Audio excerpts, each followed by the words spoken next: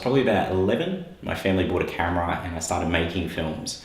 Nothing of any real consequence. It was like documentaries on my bloody cat, or, you know, sword and sorcery epics with my mates on the weekend. It's like this whopping camera, massive camera, and was recording direct to VHS back then. And then I think we upgraded to one of the high 8 cameras from there, and slowly to mini DV. Film school was something that I wanted to do, well, I knew I wanted to do from an early age, and my high school actually offered a film and TV course that I did in years 11 and 12. Subsequently, I wanted to study film at uni. My grades weren't really up to scratch, so the very first year I did a Bachelor of Arts and kind of got my way into film by doing, you know, film study and things like that. Got into screen production and pretty quickly learnt that I wanted to write and direct. I wasn't so interested in picking up the camera. When we made our graduate project, which I'd written and directed, I remember watching that film back and realising maybe I needed to have more of a hand in the production, that, you know, the cinematography really wasn't up to scratch, and, you know, the performances and the story were there, but technically it was a bit of a fail. I had to get my hands dirty and I had to learn how to shoot these films. Post-uni, when I picked up, you know, a mini DV camera and I started making shorts, I started doing everything. I learned how to, you know, shoot them myself. I was writing, directing, producing, shooting, editing, doing everything, and kind of having complete control of the project. I started doing the odd music video for Brisbane bands. One of the music videos I did was for Andrew Leavold, and I was a customer in his video store in Trash Video back in the 90s as a kid. Trash Video was a cult film emporium. It was like the alternate video store to go to. It used to be in Fortitude Valley in Brisbane and then later moved to West End, but it was back in the days of VHS. It was pre-DVD, but he had everything under the sun. You could find films from filmmakers that you wouldn't find at your local, you know, Video Easy or Blockbuster. And you could always kind of get in a discussion with him over the counter, and he would recommend you other films. And, you know, through meeting him at such an early age, I guess I was exposed to other filmmakers that I wouldn't have had access to, especially this is like pre-internet sort of days. I had a short film that played in one of his festivals, and then I'd asked, hey, can I shoot a music video for you? Subsequently let me shoot that video. He was happy with it and offered me the role as the director of photography on his first feature film, Lesbo Gone, back in 2002. Lesbo Gone shot for, I think it would have been around maybe 6 months. As Andrew was working full-time at Trash Video, it was in and around the hours when he was working, and I was working in the cinema as a projectionist at the time, and he called in so many favours that you're always working around people's schedules. So it took roughly around 6 months to shoot, which is pretty crazy when you think the film runs for just around 50 minutes.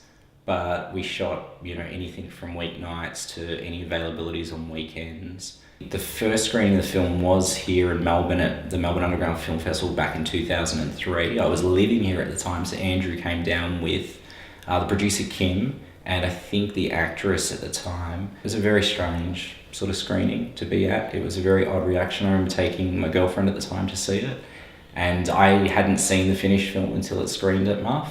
And yeah, it was weird seeing the assembly of images. There was a few things I would have done differently, but on the whole, it was like gobsmacking. It was just truly bizarre. I thought it was going to be a little bit more upbeat, and I didn't see that little bit of footage they'd shot without me, but it was pretty fucking depressing, to be honest. Well, Lesbo was kind of like a bit of a curse in that I think it wore everyone that worked on it down, and then the fact that nothing sort of happened with it, it kind of, I don't know, I feel like everyone kind of quit, you know, taking film, you know, making as a career seriously.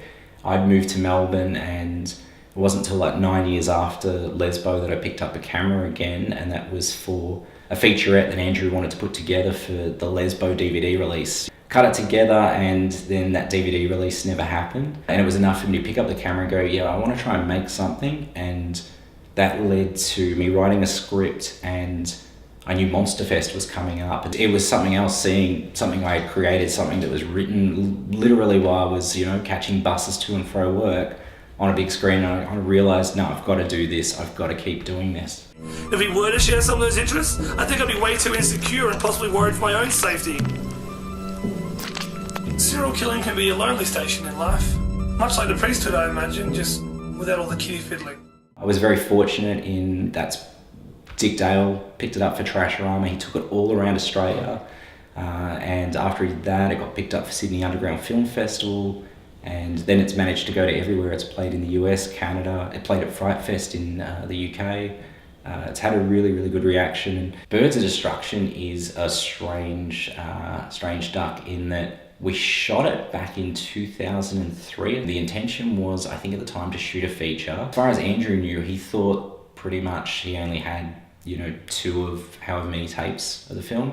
He was down here for a film festival, I think it was Melbourne Underground, and realised that I actually had a couple of the tapes of Birds of Destruction, and instantly he's like, we've got to do something with it, let's cut a trailer. Yeah, we dished it out to Trasharama at Monster Fest last year to a relatively unsuspecting audience. So at the end of the film, Gregor and I looked at each other and we thought we could do pretty much what Doris was doing back in the mid-60s. Recreate a 60s roughie. Shoot it in black and white, shoot it without sound, and primarily shoot the back of people's heads while they were delivering their lines so that you didn't have to sync up the dialogue in post. There was like a lot of stories that came up that, both Andrew and Kim had told of things that I wasn't aware of at the time during the production of the film, and I kind of realised there's probably a deeper story, and it was an interesting, the fact the film was micro-budgeted, it was made on like $700 and a few slabs of beer, and the fact that he set out to make such a strange film that really had a real niche appeal. In many respects, this is probably the best Doris Wishman film she never made. So I thought, well, you know what, Andrew's a fascinating character.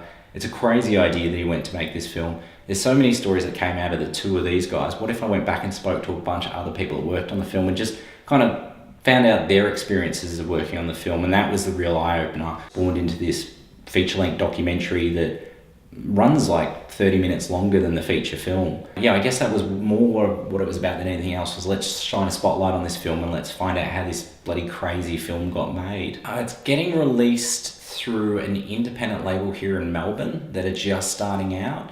They're called Cobra Films. I've got a concept for a feature-length documentary, the next documentary, and this is the one I've been wanting to make for years. It's called Last Screen Standing, and essentially it's the history as well as the ongoing plight of the Aussie drive-in. I love the drive-in, and I think there's a documentary in it. I really want to make it, and I hope that it might take me around Australia and I'll get to go to a few other drive-ins. And yeah, I just really want to, I want a time capsule of that before it's gone.